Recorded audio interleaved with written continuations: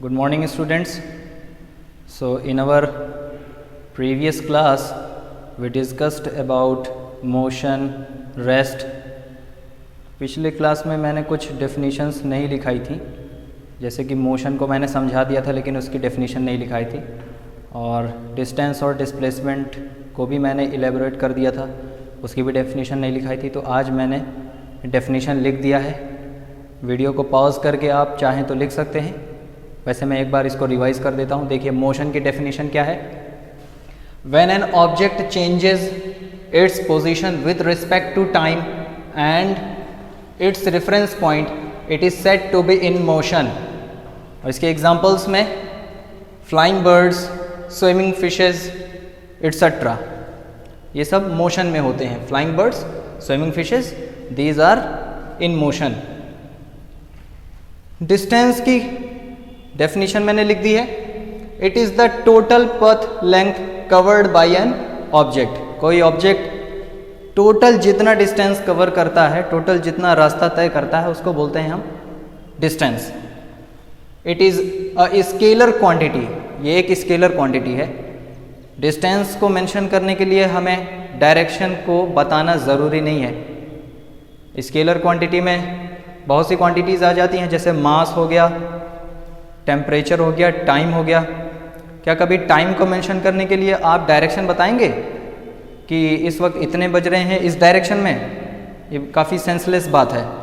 तो इस वजह से स्केलर क्वांटिटीज़ में डायरेक्शन को मेंशन करना ज़रूरी नहीं है। Direction is not required to mention the scalar quantities. अब दूसरी चीज़ हम देखते हैं डिस्प्लेसमेंट। डिस्प्लेसमेंट की डेफिनेशन मैंने बता दी थी लेकिन लिखाया नहीं था, तो यहाँ पर लिखी हुई है। It is the minimum distance between the initial and final position of an object. किसी ऑब्जेक्ट के इनिशियल और फाइनल पोजीशन के बीच के मिनिमम डिस्टेंस को हम डिस्प्लेसमेंट कहते हैं। It is a vector quantity. Displacement को मेंशन करने के लिए मैग्नीट्यूड और डायरेक्शन दोनों को हमें रिप्रेजेंट करना पड़ेगा, दोनों का बताना ज़रूरी है। अगर हमने डायरेक्शन नहीं बताया तो वो डिस्प्लेसमेंट नहीं माना जाएगा। क्लियर? ठीक है, तो अब कुछ न्यूमेरिकल्स हैं, उनको देख लिया जाए। एनसीईआरटी की बुक्स में जो दिए गए हैं उन न्यूमेरिकल्स को मैं कराने जा रहा हूँ।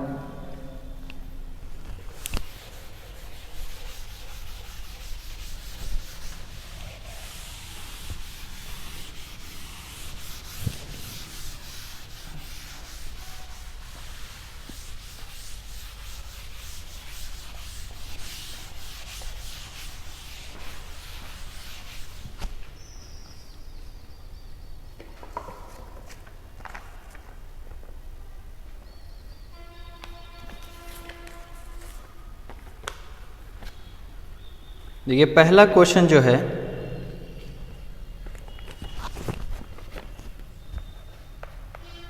Question number 1, an object has moved through a distance, an object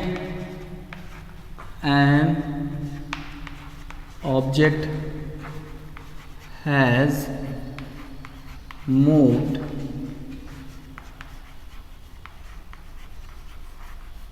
through a distance,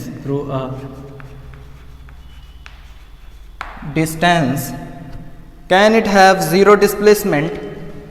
Can it have zero displacement? Can it have zero displacement?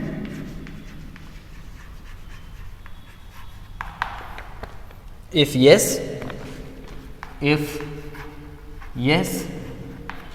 support your answer with an example. Support your answer with an example.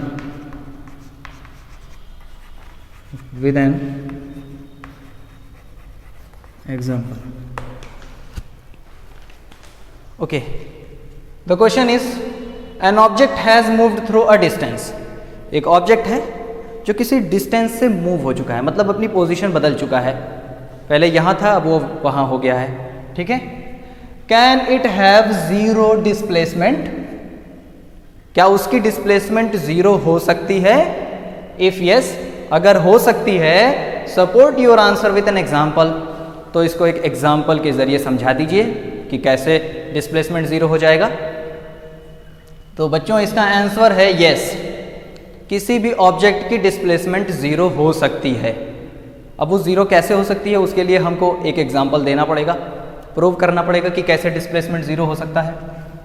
तो answer है हमारा yes, yes, yes, it can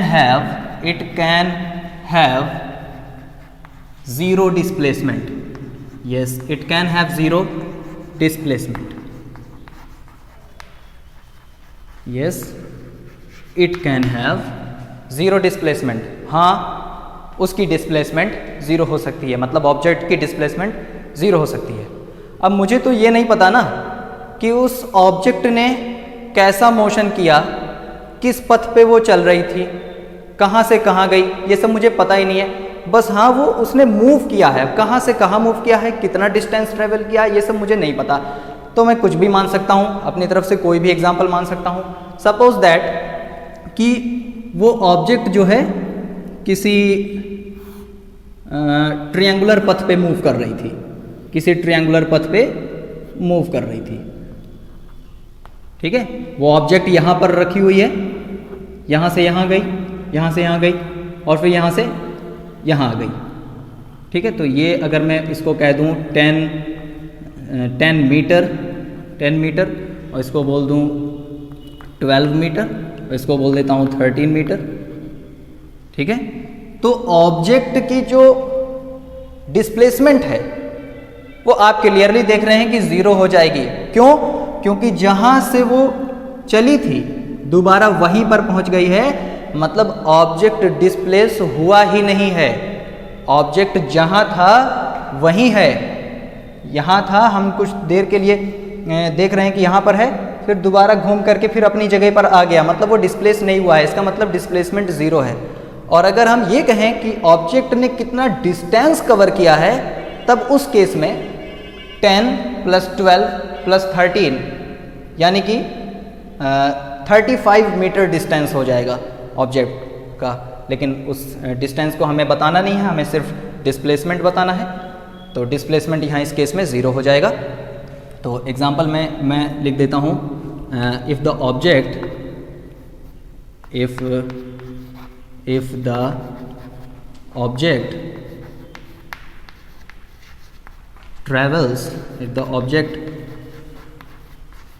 travels from A to B and then B to C and then back C to A. If the object travels on a triangular path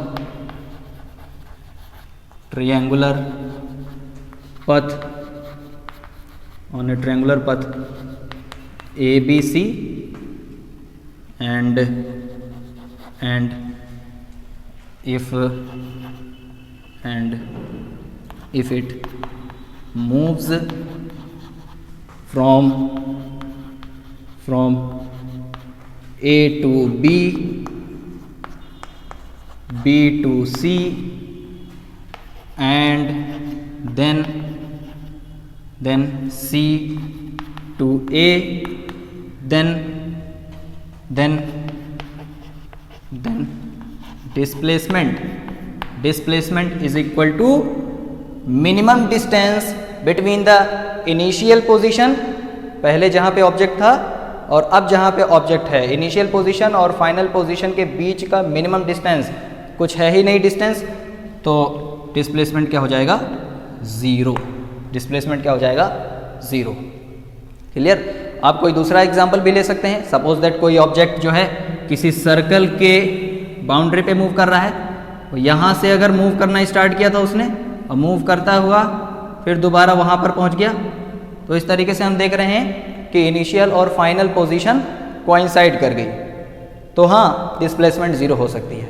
ठीक है, ये मैंने आपको elaborate कर दिया एक एग्जाम्पल के जरिए। अब हम अगले क्वेश्चन पे चलते हैं, question number 2।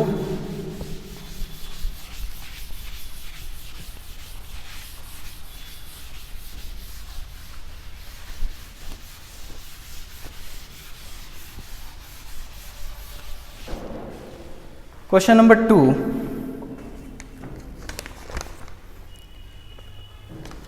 A farmer moves along the boundary of a square field of side 10 meter in 40 seconds. Question number 2 है मेरा,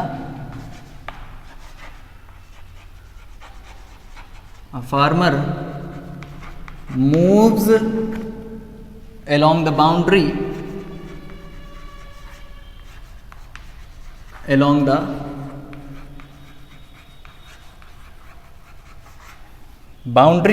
of a square field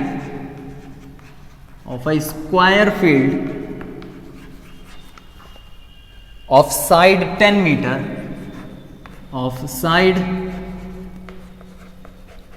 meter in 40 seconds in 40 seconds. Okay, in 40 seconds, what will be the magnitude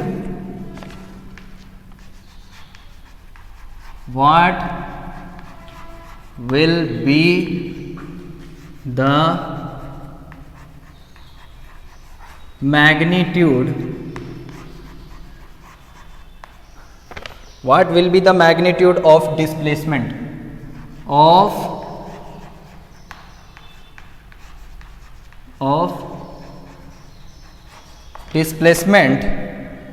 the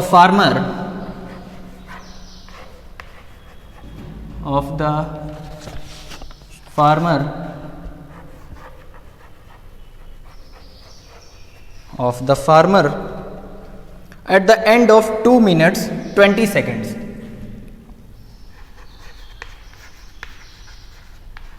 At the end of 2 minutes 20 seconds, 2 minutes 20 seconds from its initial position, initial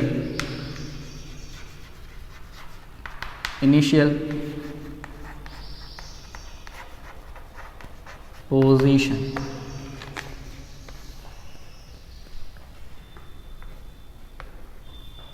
Okay, the question is, a farmer moves along the boundary of a square field.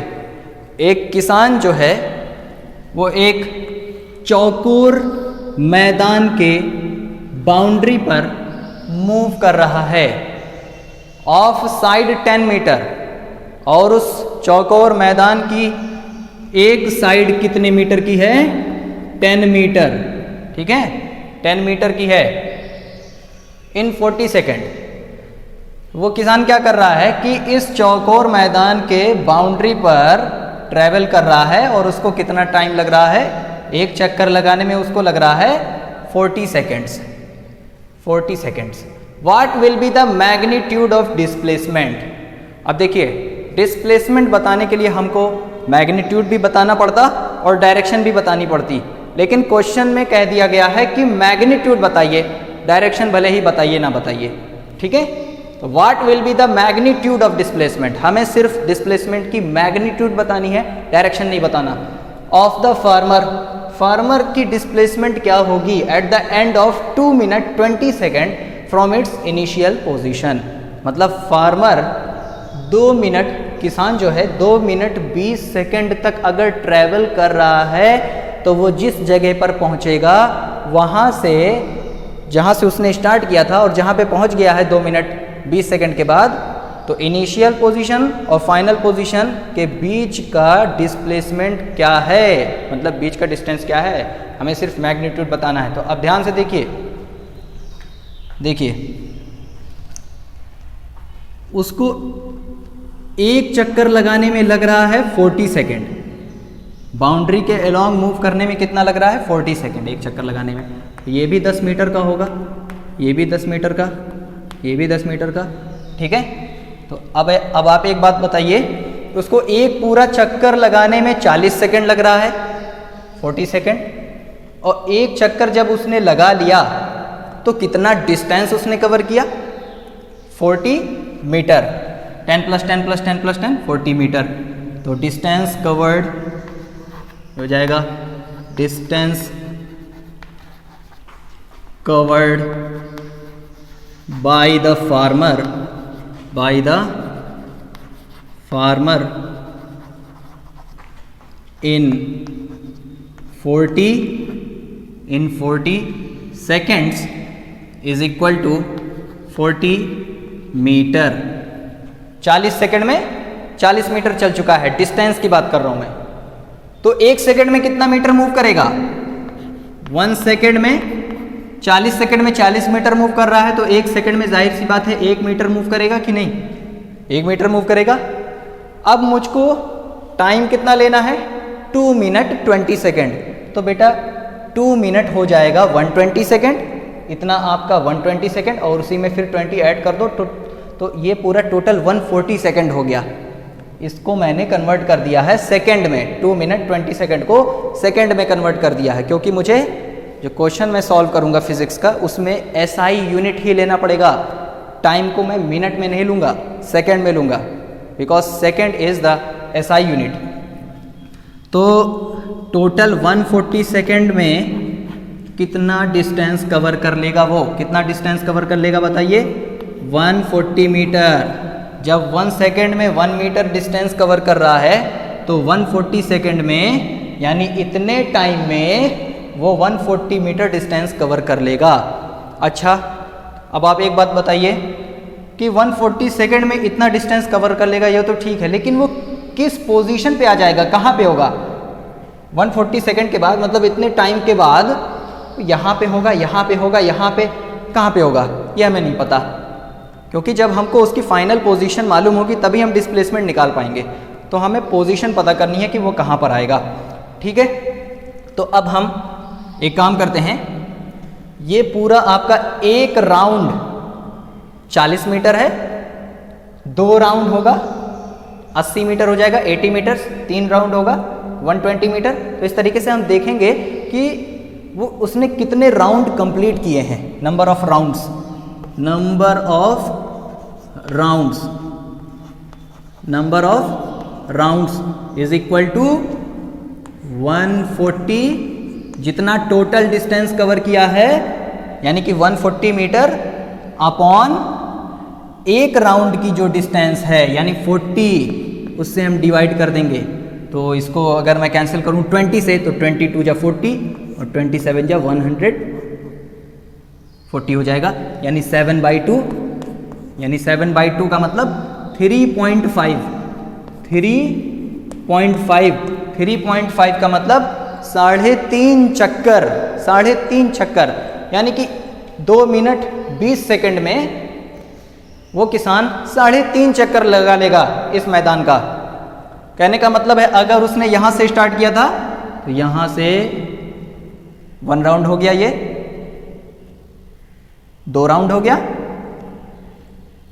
3 round हो गया, 3.5 यहां पर जाकर होगा, यहां पर मतलब 3 round हो गया, और आधा राउंड यहां से लेकर के यहां तक हो जाएगा। उसने चलना यहां से स्टार्ट किया तो तुम्हें यहां से लेकर के यहां तक के बीच की जो मिनिमम डिस्टेंस है उसी को हम बोलेंगे डिस्प्लेसमेंट। फार्मर कहां से कहां डिस्प्लेस हो गया? यहां पर था और डिस्प्लेस होकर के यहां पहुंच चुका है। तो डिस्प्लेसमेंट क्या होगा? अगर इसको मैं ए बोल दूं, इसको बी, इसको सी, इसको डी, तो डिस्प्लेसमेंट इज AC। अगर मुझे डायरेक्शन भी बताना पड़ता तो उसके लिए क्वेश्चन में मुझे पता होना चाहिए था कि फार्मर जो है किस डायरेक्शन में जा रहा है। ये सब खैर वो बात छोड़ते हैं डायरेक्शन की बात, ठीक है। मुझे सिर्फ मैग्नीट्यूड बताना है। तो डिस्प्लेसमेंट हमारा हो जाएगा, displacement is equal to AC और AC की वैल्यू मैं कैसे निकालूंगा? पाइथागोरस थ्योरम से। क्यों? क्योंकि स्क्वायर शेप है ये, यहाँ पे 90 डिग्री का एंगल बनेगा, इसके सामने वाली साइड ये हाइपोटेनियस कहलाएगी। तो हाइपोटेनियस की वैल्यू कैसे निकालेंगे? Under root base square plus perpendicular square, यानी 10 का स्क्वायर प्लस 10 का स्क्वायर, यानी ये हो गया अंडर रूट 100 प्लस 100, यानी अंडर रूट 200, यानी इसको मैं लिख सकता हूं 10 रूट 2 मीटर, 10 रूट 2 मीटर। ये उस फार्मर की डिस्प्लेसमेंट होगी। ओके, तो ये क्वेश्चन भी हमारा हो चुका है। अब एक क्वेश्चन है, बहुत छोटा सा क्वेश्चन है, अगला क्वेश्चन है, इसको मैं ऐसे ही ओरली बता देता हूं। Which of the following is true for displacement, मतलब इसमें पूछा है कि कौन सा स्टेटमेंट डिस्प्लेसमेंट के लिहाज से सही है। तो पहला है इसमें it can not be zero, मतलब ये जीरो नहीं हो सकता। तो क्या डिस्प्लेसमेंट जीरो नहीं हो सकता? ये स्टेटमेंट फॉल्स है, स्टेटमेंट ट्रू नहीं है, क्योंकि डिस्प्लेसमेंट जीरो हो सकता है। ये पहले ही क्वेश्चन में हमने देख लिया, कोई ऑब्जेक्ट कितना भी डिस्टेंस मतलब कोई डिस्टेंस से मूव हुई है तो उसकी डिस्प्लेसमेंट जीरो हो सकती है। ठीक है।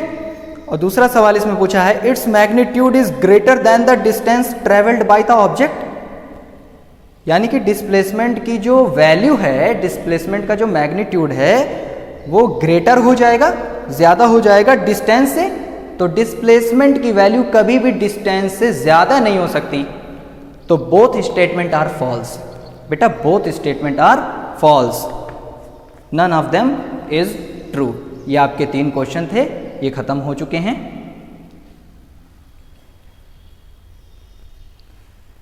ओके, तो यहीं पर स्टॉप करते हैं और अगला टॉपिक अगली क्लास में स्टार्ट करेंगे। Okay, thank you.